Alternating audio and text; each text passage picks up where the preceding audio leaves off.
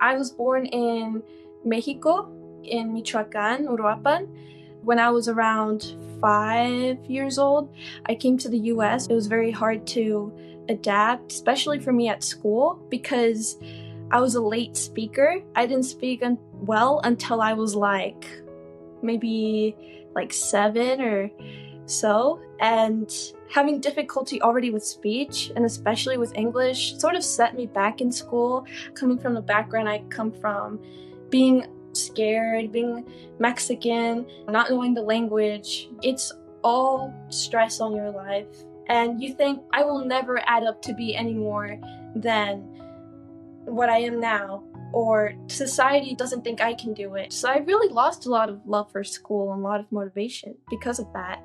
And it was just not a place I wanted to be at. I felt like the material was hard to get through, and I didn't understand anything. I didn't connect to any of the material or anyone there.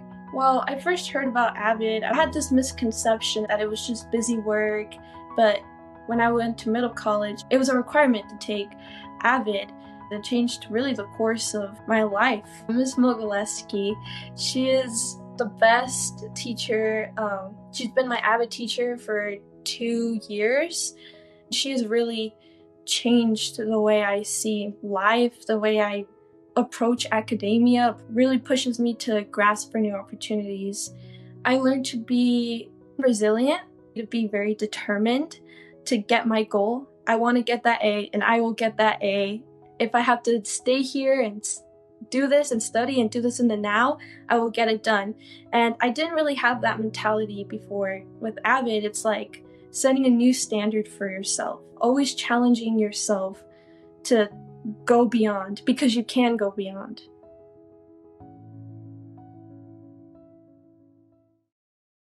Good afternoon.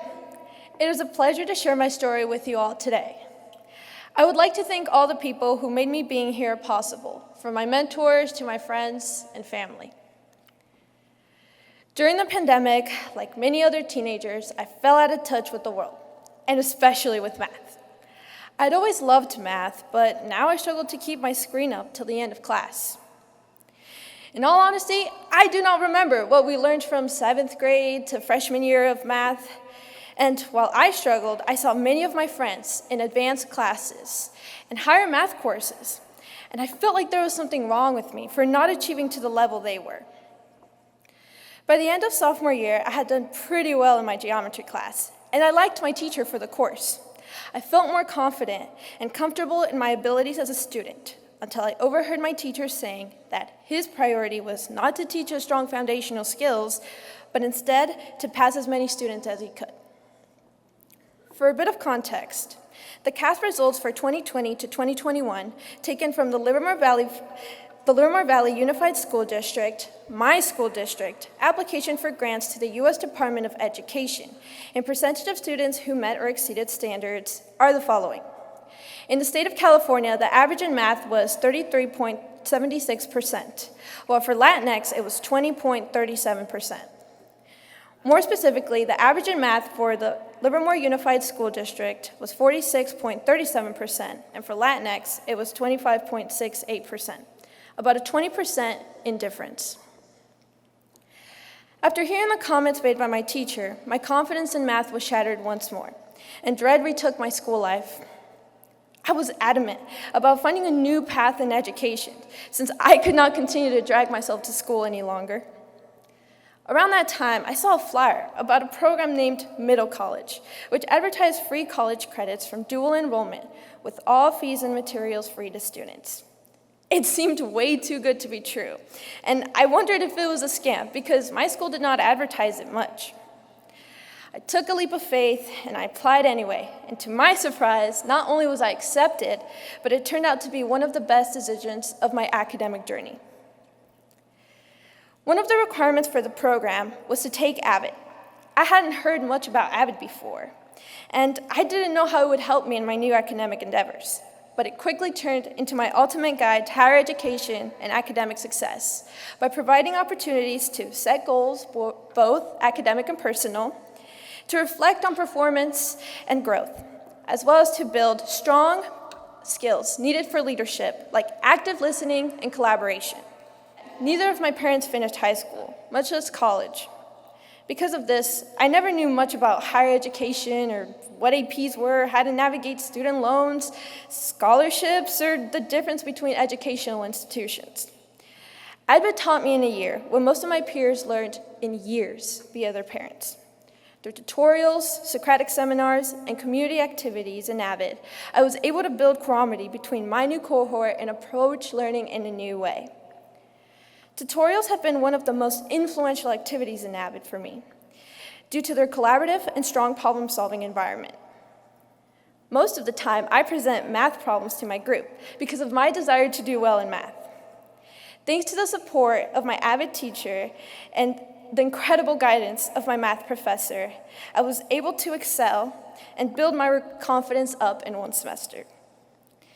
I took trigonometry and pre-calculus because I was enjoying math so much. And with the study habits that I was learning in AVID, I was able to secure an A in both classes.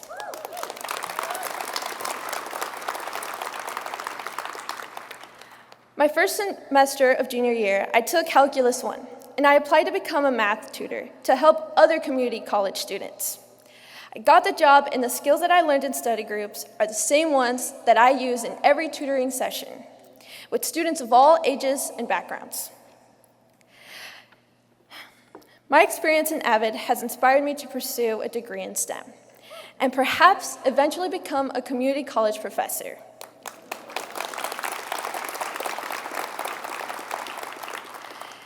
As a Latina, it is important to encourage STEM in Latinx communities and to empower Hispanic girls to dream big despite the odds.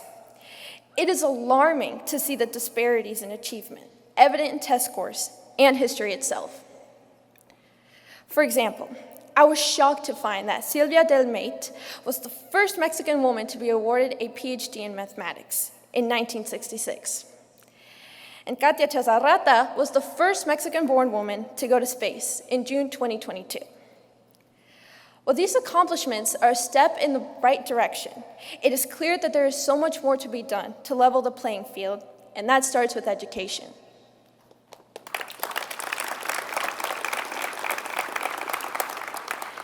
As for me, I plan to stay in my local community college and transfer to university in hopes of becoming the first electrical engineer in my family.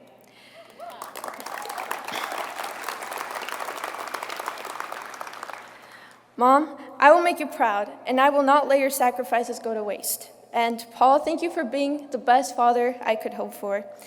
And to everyone in this room, thank you for sharing this vision of greatness through education. Thank you.